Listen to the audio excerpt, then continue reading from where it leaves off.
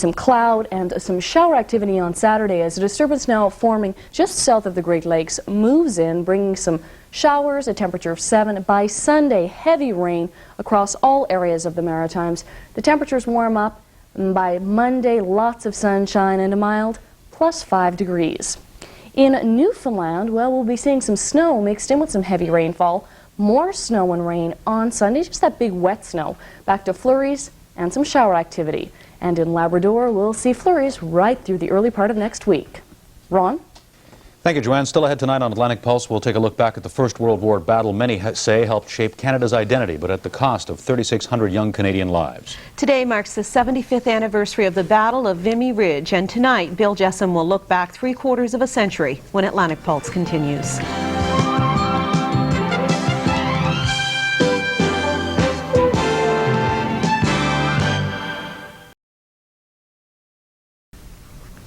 It is said that the First World War Battle of Vimy Ridge marked a turning point for Canada. It became a rallying cry for this country, a symbol of unity. And on this special day of remembrance, Bill Jessome opens a page of Canadian history to that Easter Monday, 75 years ago today, when, as some military historians put it, Canada became a nation. It's a long way to Tipperary. It's a long way to go. It's a long way to Tipperary, to the sweetest girl I know. And then they went off to war, a war to end all wars. And they would make history at a place called Vimy Ridge. For the first time, 4 divisions of the Canadian Corps, 100,000 strong, would attack the German stronghold on Vimy Ridge. And when the 3 days of fierce fighting was over, 3,600 Canadians had laid down their lives. Jim Lotz had written several books on the military, including many Canadian battles, the Somme, Hill 70, Passchendaele, and Vimy Ridge. Well, it's the first time that the 4 Canadian divisions fought together, and they assaulted a feature, it wasn't a great big mountain or anything like that, that had defeated the attempts by the British and the French to take it and cost thousands of lives. The victory at Vimy became a thing of pride for Canadians. The Canadian soldier had broken the unbreakable position, something the French and British were unable to do. The Canadians were seen as the wild colonial boys, because if you look at Canadian military history, the Canadians have always been used as stormtroopers and sent in. I mean, there were 3,600 people, soldiers killed at Vimy Ridge, 10,000 casualties against a very strong, well-defended feature. The British, French, and American newspapers trumpeted the Canadian victory, but it gets little attention in non-Canadian history books. The British don't even record it as a Battle of Vimy Ridge. To them, it was just part of the larger series of battles.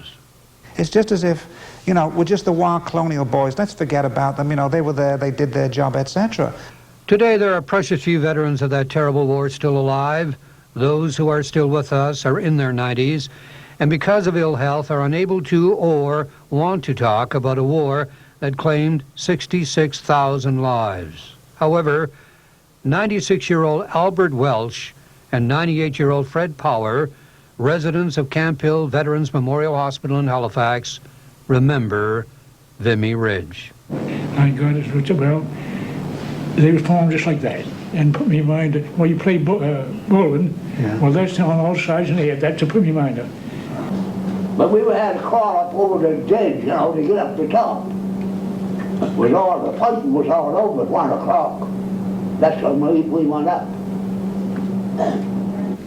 I had about 6 pieces of shrapnel on the left side. That shoulder was broken, and the leg, took a piece out of my leg cloth and all, a piece of patch, I couldn't walk. When we got up there was nothing, that's all left. That hill was blown right to pieces. A white stone monument now rises into the French sky above the old craters on Vimy Ridge. Inscribed on it are the names of 11,000 Canadians, missing, presumed dead, soldiers who simply vanished in the mire of war, drowned or blown to bits. If you're wondering whatever happened to Vimy Ridge, well, the Canadians held it until the Germans took it back 6 months later. The Canadian victory at Vimy Ridge doomed many Canadian soldiers to a muddy bloodbath in their next major offensive, Passchendaele. In Halifax, Bill Jessome, ASN News. We've got a few extra seconds, so we're going to go back to those pictures from Southdale School today because they really were a great bunch of youngsters at Southdale during their Education Week program. As I say, they brought in people to talk about their careers. Today I was there speaking to a class of primaries, 5- and 6-year-olds, all about broadcasting. They had some amazing questions. We showed them some tape, filled them in on what broadcasting was all about. In the afternoon we spoke to, or later that morning rather, we spoke to a class of grade 5s who equally a good bunch of kids. We easily could have gone on for about 3 hours. Amazing. Interested in all aspects of broadcasting and stuff. Wayne Purchase was there, our cameraman, helping us out. An awful lot of fun. Thanks to all the people at Southdale School in Dartmouth. A lot of fun. Hope we get a chance to do that again. You should come along too. They were asking about you. Coming up in about 2.5 hours, we're back with the latest on all the day's major news stories, including an update on a possible resumption of the NHL season. And Joanne Nugent returns with the latest on the end-of-the-week weather outlook. That's at 10 o'clock, right after tonight's early movie. Coming up tonight, it's Desperate Intruders, starring Meg Foster and Nick Mancuso. That's coming up at 8, right after Jeopardy next, here on ASN.